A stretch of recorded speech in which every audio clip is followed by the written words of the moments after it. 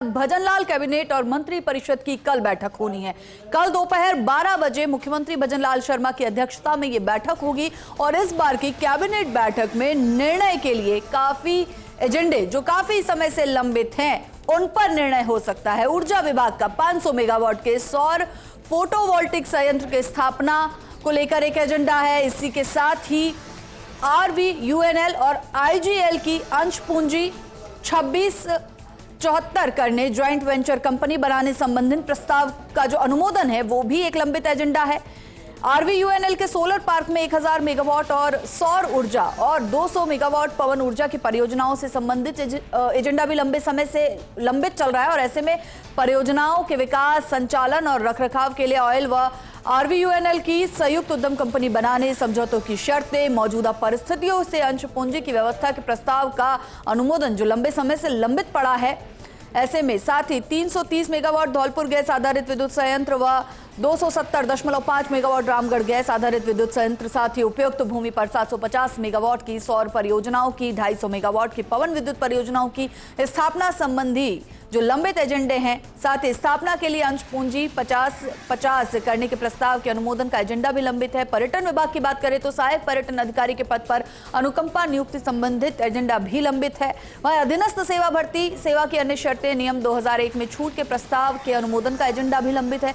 पर्यावरण की बात करें तो पर्यावरण विभाग का Rajasthan circular economy incentive scheme 2025 का अनुमोदन का एजेंडा लंबित है। उद्योग विभाग की बात करें तो global capability centre GCC policy के प्रारूप और राजस्थान ट्रेड प्रमोशनल पॉलिसी के अनुमोदन का एजेंडा भी लंबित है। और ऐसा माना जा रहा है कि कल जो भजनलाल शर्मा कैबिनेट की बैठक होने वाली है उस कैबिनेट में इन लंबित एजेंडों पर निर्णय आ सकता है, एक मत होकर कोई निर्णय लिया जा सकता है।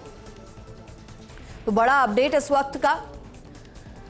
मुख्यमंत्री भजनलाल शर्मा की अध्यक्षता में कैबिनेट की कल बेहद महत्वपूर्ण बैठक और प्रत्येक विभाग के जो लंबित एजेंडे, चाहे विद्युत विभाग हो, चाहे पर्यटन विभाग हो, चाहे उद्योग विभाग हो, चाहे चिकित्सा विभाग हो, इन तमाम विभागों के जो लंबित एजेंडे हैं, जो लंबे समय से लंबित पड़े हैं, उन एजेंडों पर जो है कल निर्णय हो सकता है। इस बैठक में चर्चा इस बैठक में संभव है। खबर पर और ज्यादा जानकारी के लिए हमारे associate editor doctor Rituraj Sharma हमारे साथ जुड़ चुके हैं। डॉक्टर ऋतुराज, कल बेहद महत्वपूर्ण कैबिनेट की बैठक होने वाली है, लंबे समय से इस बैठक का इंतजार था, तमाम जो लंबित एजेंडे हैं उन पर चर्चा कल इसमें संभव है और साथ ही साथ निर्णय भी हो सकता है।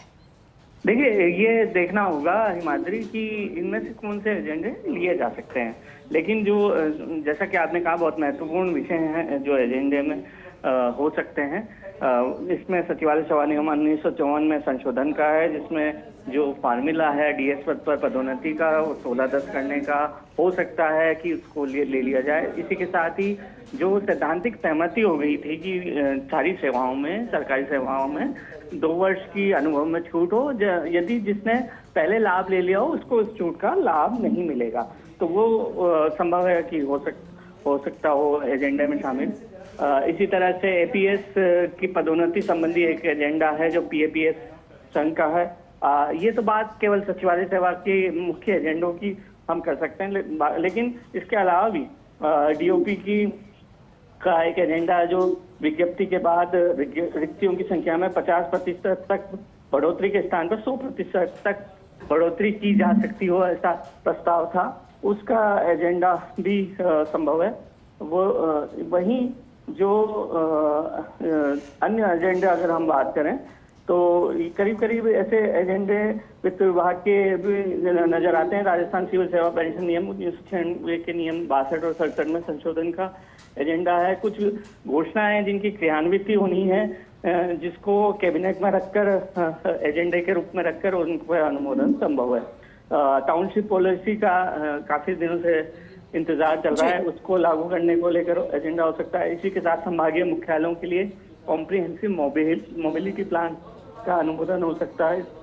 भिवाड़ी जो विकास प्राधिकरण है उसके गठन को लेकर, और डेलावास STP जयपुर के उपचारित जल को उपयोग में लेने के संबंध में, और इसी तरह जयपुर, जोधपुर और उदयपुर में बस के लिए जो निविदा है उसका भी एजेंडा काफी समय से लंबित है। तो इस तरह के कई एजेंडे हम देख सकते हैं। तो इनमें से कितने एजेंडे कल की बैठक में लिए जाते हैं ये देखना होगा, क्योंकि ये एक रीति नीति बन गई है कि जो एजेंडा, मूल एजेंडा होता है वो करीब करीब कैबिनेट की बैठक के 1 घंटे पहले मंत्रियों को दिया जाता है।